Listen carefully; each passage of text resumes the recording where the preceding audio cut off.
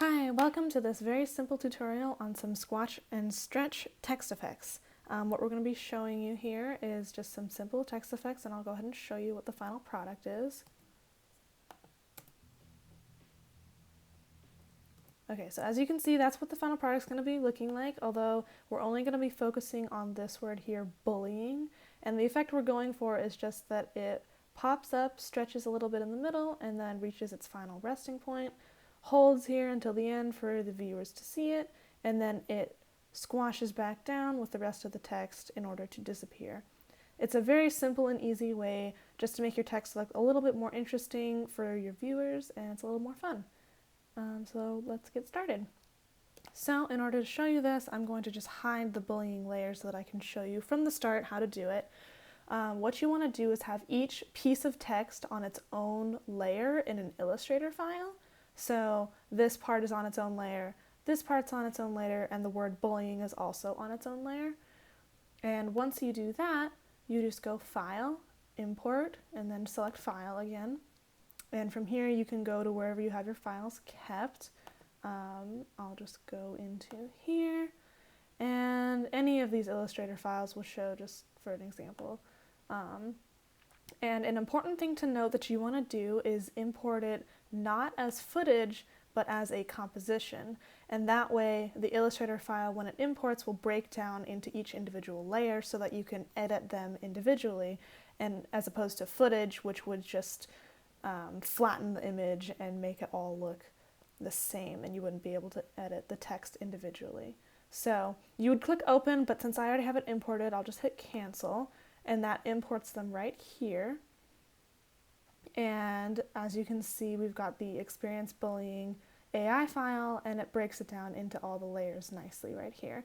So what we're gonna do, the word bullying is on layer 16 right here, and actually I would recommend naming the layers like the words that they are or something other than layers so that they're a lot easier to find. I just happen to know that it's on 16, but it can get really confusing if you have a lot. So what you want to do is drag it down here onto your timeline, and there it is.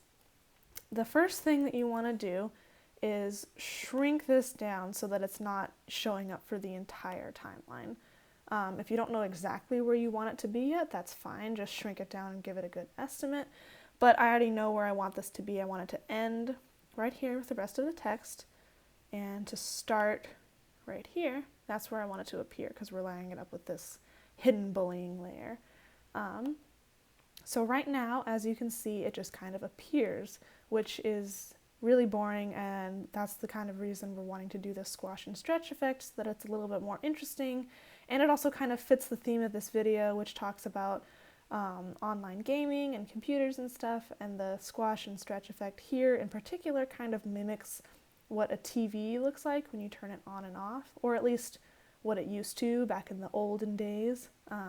So what you want to do here is just select this triangle over here, and that'll open up your options. And what you want to do is transform it, and here's all the different things that you can transform: anchor point, position, scale, and rotation, and opacity. The only thing we're going to do here, it's really simple, is change the anchor point and the scale. The reason we're going to want to change the anchor point is because if we scale it right now, you'll see it just kind of scales based on that anchor point, which is not what we want. As you can see in the other text, it's scaling from the actual text. So what we want to do is press the hotkey Y, and what that does is it changes it to be able to edit your anchor point. If for some reason that's not the hotkey on your computer, it's just this button up here, pan behind anchor point. So this allows you to move the anchor point with your mouse, and what you wanted to do is center it in your word, basically. For this particular tutorial, it doesn't matter much right and left, but you want it to be mostly center up and down, since that's the way we're going to be squashing and stretching. So right there is probably good enough, and then you'll press V to put it back right here into your selection tool. Okay, so what you want to do now that your anchor point is set is we're going to create a keyframe for the scale. What that does is just kind of set a point for how you want your object to scale. So for example, if we were to change the scale right here at this point on the timeline to, 136 or whatever, then here it's at 100, here it's at 136, right? So keyframing is just changing the scale, but that's not what we wanted to do. So before the word even appears, we want it to be at 0 because it hasn't appeared yet. What we want to do is unlink this so that the ratios aren't locked anymore, because we're wanting to change the scale of this word up and down, right? So we're going to change it to 0, and now it's not there.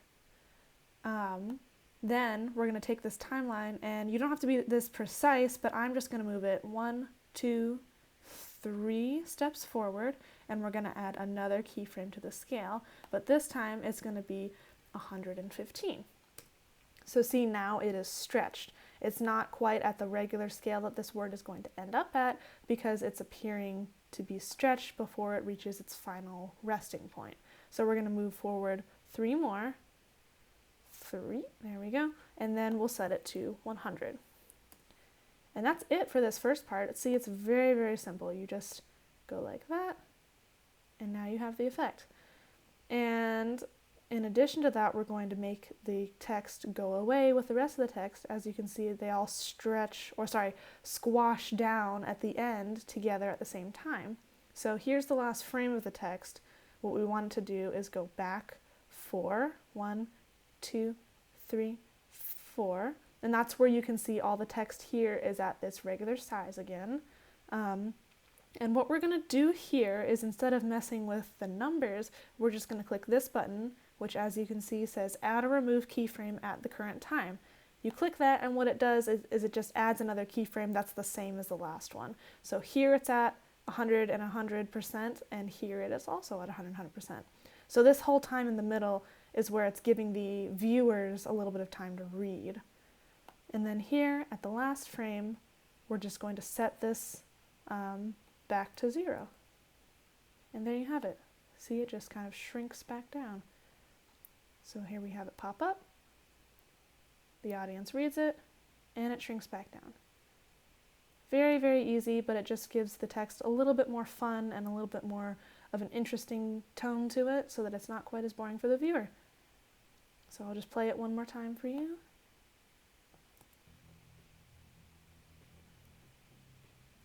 And there you go.